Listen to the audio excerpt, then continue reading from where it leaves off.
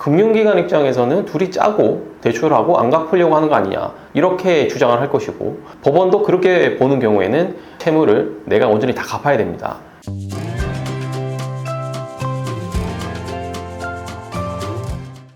안녕하세요, 김민중 변호사입니다. 코로나 팬데믹 현상 이후에 비대면 거래가 늘어났죠. 그러면서 비대면 대출도 늘어났어요. 비대면 대출이 늘어나면서 이 명의도용으로 피해를 당하시는 분들이 많습니다. 신분증, 휴대폰만 있어도 비대면으로 대출이 가능해졌기 때문에 명의를 도용당해서 피해를 받는 분들이 많아졌던 것이죠.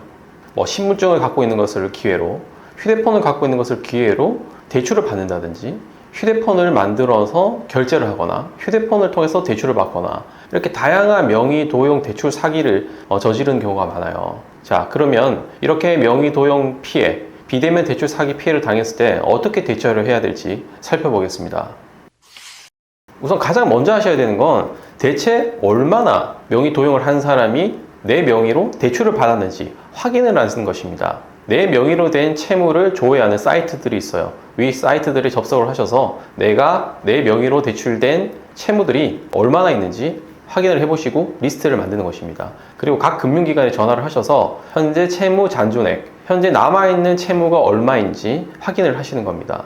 명의 도용자들이 일단 먼저 대출을 받고 나서 일부 변제를 하는 경우도 있어요. 그러면 대출 전액에 대해서 갚을 필요가 없을 수 있고, 남은 잔액을 확인해서 그 부분을 일단 다퉈야 됩니다. 그리고 각 금융기관에 연락을 하셔서 내 명의로 대출된 대출건에 대한 계약서를 보내달라고 하는 것입니다. 내 대출과 관련된 자료를 전부 보내달라고 하는 것이죠. 보통 비대면 대출의 경우 금융기관이 관련된 서류가 없다라고 하면서 안 주는 경우가 많아요. 적극적으로 이렇게 우리한테 자료를 주지 않는 경우가 많습니다. 그리고 운전면허증, 주민등록증을 이용해서 대출 사기를 하는 경우가 많기 때문에 운전면허증, 주민등록증을 분실신고 하시는 것이 좋습니다. 그래서 내가 분실신고한 이후의 시점에 대출이 이루어졌다면 나는 더 이상 책임을 질 이유가 없다, 이렇게 항변을 할 수도 있어요. 그리고 두 번째는 명의 도용한 사람을 형사 고소하는 것입니다. 내가 모르는 상태에서 명의 도용자가 여러 가지 법률 행위를 하면서 대출을 일으켰단 말이에요. 그런데 대부분 그 명의 도용자에게 연락을 해서 정보를 물어보면 알려주지 않는 경우가 많고, 축소한 경우가 많고, 연락조차 되지 않는 경우가 대부분입니다. 그렇기 때문에 저희가 증거, 자료를 확보하기가 힘들어요. 금융기관에 연락을 해서 자료를 달라고 해도 앞서 말씀드린 것처럼 정보를 잘 제공해주지 않습니다. 그래서 우리가 형사 고소를 해서 수사기관을 통해서 그 자료들을 확보를 해야 됩니다. 그리고 수사 단계에서 내가 범죄 피해자라고 하는 것이 밝혀져야 돼요. 그래서 내가 범죄 피해자라고 하는 것을 증거로 확보해서 소송에서 다퉈야 됩니다. 명의를 도용한 사람은 사기행위, 사무소 위조행위, 위조사무소 행사행위, 그리고 사전자 기록 위작죄, 동행사죄, 주민등록법 위반, 다양한 법률 위반 행위를 하는데요. 이 혐의를 잘 구성해서 각 사실관계에 맞게끔 적용 법조를 규정해서 고소를 하는 것이에요. 그리고 형사 고소 이후에 수사가 이루어져서 내가 범죄 피해자로 돼야 됩니다. 그래야 나중에 민사소송에서 증거로 제출을 할 수가 있어요. 대부분 명의 도용한 사람은 가까운 사람이에요. 가족일 수도 있고 친구일 수도 있고 가까운 지인입니다. 신분증을 확보하는 게 아무나 빌려주진 않겠죠. 그리고 휴대폰을 맡기는 게 아무나 맡기지 않잖아요. 매우 가까운 사람에게 맡기게 되는데요. 내 가족, 내 친한 친구, 지인을 형사 고소할 수 있겠냐 라고 이렇게 생각하시는 분도 있을 수 있어요. 그런데 일단 내가 수억 원대의 대출을 갚을 의사가 없으시면 일단 고소하셔야 돼요. 고소를 하신 다음에 내가 범죄 피해자가 되고 나서 나중에 합의를 해주거나 고소 취하를 해주거나 하는 방법으로 선처를 받을 수가 있어요. 그렇게라도 하셔야 내가 증거를 확보하고 채무를 면할 수가 있어요. 그런 것도 하지 않은 채 그냥 금융기관 상대로 채무를 면하겠다고 하는 것은 금융기관 입장에서는 둘이 짜고 대출하고 안 갚으려고 하는 거 아니냐, 이렇게 주장을 할 것이고, 법원도 그렇게 보는 경우에는 채무를 내가 온전히 다 갚아야 됩니다. 형사 고소를 하셨다면 그 다음에는 채무 부존재 확인 소송을 제기해야 됩니다. 이것은 민사소송인데요.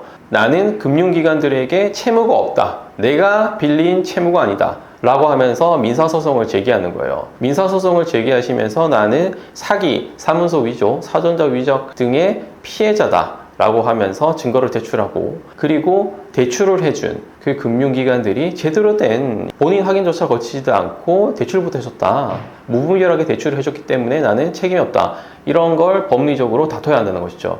최근에 저희 로펌에서도 명의도용, 비대면 명의도용 사건에 대해서 선임해서 진행을 했고 승소한 판결이 있습니다.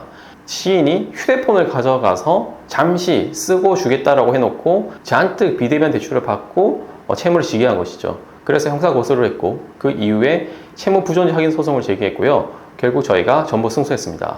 이 과정에서 우리는 형사 고소를 해서 피해자가 됐고 그 증거들을 충분히 제출을 했고요. 그리고 상대방이 제출했던 금융기관들이 제출했던 그 자료들을 보면서 신원 확인을 제대로 거치지 않은 채 대출을 해줬기 때문에 우리는 책임이 없다. 이런 것들을 법리적으로 주장을 하고 관련 판례들을 붙여서 주장을 했습니다. 이 비대면 대출 사기 승소하기 위해서는 꽤 까다로운 준비를 해야 됩니다. 단순히 내가 피해자라고 해서 채무가 면책되지 않아요. 그 금융기관들이 충분히 신원 확인을 하고 법률에 정해진 절차를 거쳐서 대출을 해줬을 때는 명의자가 책임져야 한다고 판단을 하는 경우도 많습니다. 왜냐하면 명의를 도용당했지만 어쨌든 신분증을 맡기거나 휴대폰을 맡겼거나 이렇게 뭔가 위임을 하는 행위를 한 것을 전제로 그러면 그에 대한 책임을 져야 한다 라고 하는 판례도 있기 때문이에요. 그래서 형사 고소를 해서 적극적으로 자료를 내야 되고요. 그리고 상대방 금융기관들이 했던 그 과실, 실수에 대해서 적극적으로 우리가 공격을 하고 이끌어내야 됩니다. 그리고 관련 판례들, 유리한 판례들을 찾아서 전부 첨부해서 제출을 해야 돼요. 그래야 법원을 설득시키고 채무를 면할 수가 있습니다. 단순히 나는 형사 피해자다라고 해서 채무가 면책되는 것이 아니에요. 이렇게 이번 시간 비대면 대출 사기를 당했을 때 어떻게 해결을 해야 되는지 살펴봤는데요. 비대면 대출 사기는 민형사소송이 다 관련된 사건이에요. 그리고 다수의 전문 금융기관들을 상대로 소송을 해야 되는 상황이기 때문에 그리고 대부분 그 금융기관들은 변호사가 선임되어 있습니다. 그래서 이들을 상대로 소송을 제기하고 승소하는 것은 쉽지만은 않은 것이에요. 그렇기 때문에 반드시 경험이 많은 전문 변호사의 도움을 받으실 필요가 있습니다. 곤란한 상황에 처하신 경우 저희 로펌에 연락 주시면 정확하게 안내해 드릴 수 있도록 하겠습니다. 감사합니다.